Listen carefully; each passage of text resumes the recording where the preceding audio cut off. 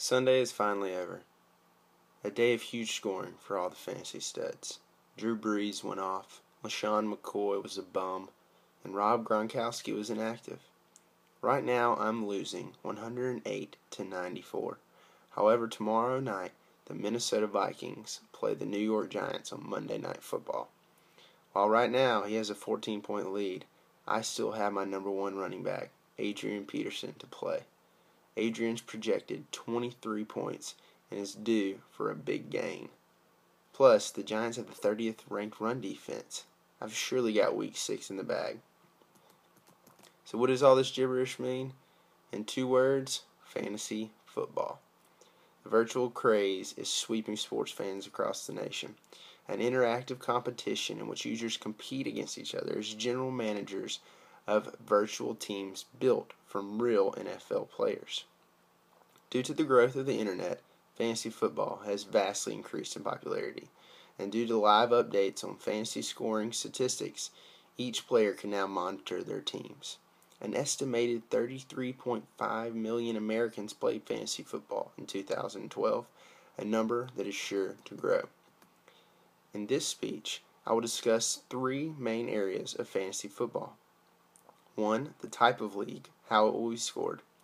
2. The draft. And 3. In-season strategy.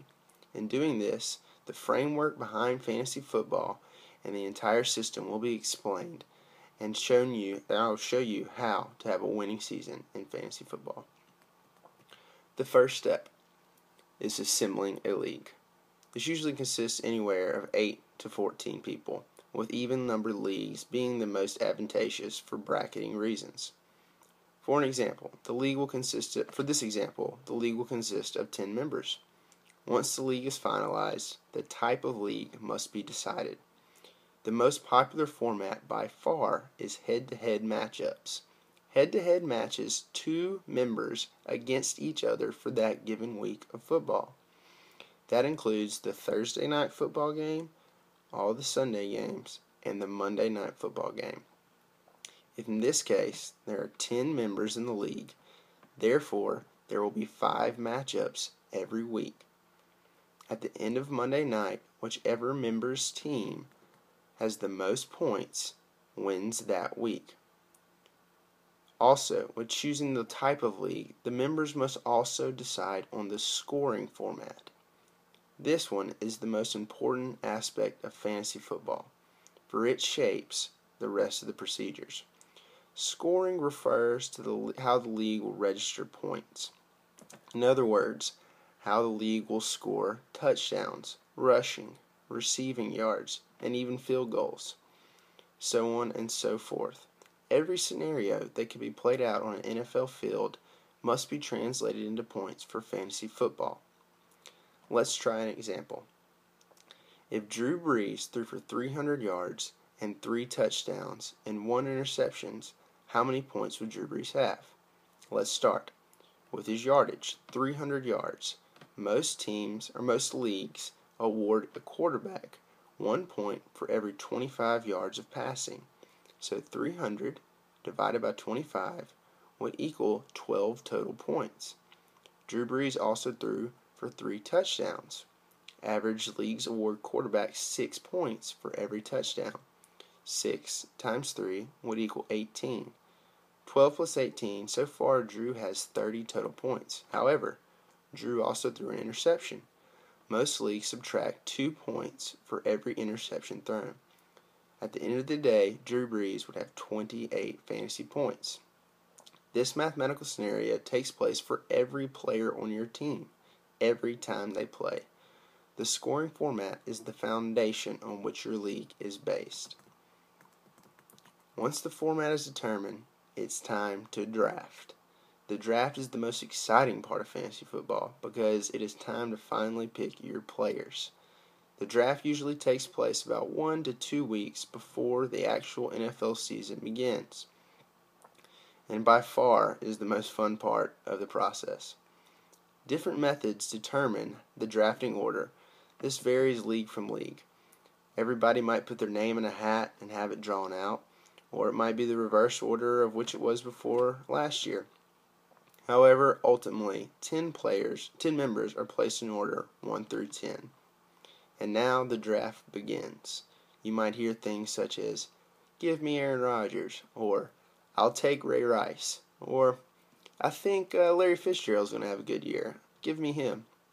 For 15 rounds of drafting, each member is now a general manager. He or she must fill their 15 roster spots with the best players they can get their hands on. The most common type of draft is a snake draft, where the first round picks 1 to 10. However, the second round proceeds 10 to 1. The third round proceeds back 1 to 10. This goes on for 15 rounds, snaking down the draft board. Once the player is picked, he is gone. He is on that member's team for good. And once the draft is complete, you will have 15 players on your roster that you can now manage for the rest of the season as you see fit. The third and final component of fantasy football is the trickiest part: in-season managing, deciding which players to play and which players to bench on any given week. As the manager of your team, you will have the ability to sub out any of your starters for any of your bench players. If you believe that your player on your bench will have a better week than a player that you're starting with, you can switch them out. For example, if you think they'll have more touchdowns or more yards, you can switch the players and ultimately change your starting lineup. If one of your starters is playing a great defense and has been struggling as of late, and one of your bench players is playing a really poor defense and has been coming on lately, making a switch would be smart to score higher points in fantasy football. However, this becomes tricky because you never know who will have a better week. Now, if you were following along and doing the math, you'd have known that there was 10 teams for 15 rounds, totaling 150 drafted players. Now, there are certainly more than 150 players in the NFL. The players that go undrafted are placed on a waivers list, just like in the NFL. At any time during the year, if any of these undrafted players start to flourish or have a breakout year, you can go to the waivers list, click on the player, and pick them up and add them to your team. However, once you add them, you must also drop a member from your existing team, as you are only allowed to have 15 total players. Members are allowed to trade players also. You're allowed to say, I'll give you Des Bryant and Steven Jackson for Frank Gore and Julio Jones.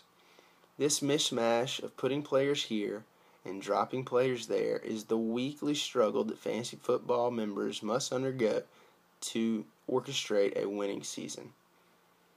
Now, while this entire concept of fantasy football may seem funny or dumb to some listeners, just know that 33.5 million Americans played fantasy football last year. And not only is there fantasy football, there's fantasy baseball, fantasy basketball, fantasy golf, soccer, and even hockey. The phenomenon is sweeping the nation and is showing no signs of slowing down. If you're interested in playing, go to yahoo.com, espn.com, or nfl.com and start a league. Call up some of your buddies and get a league together. You won't regret it. Isn't it time that you started living your fantasy? Go out there and have some fun.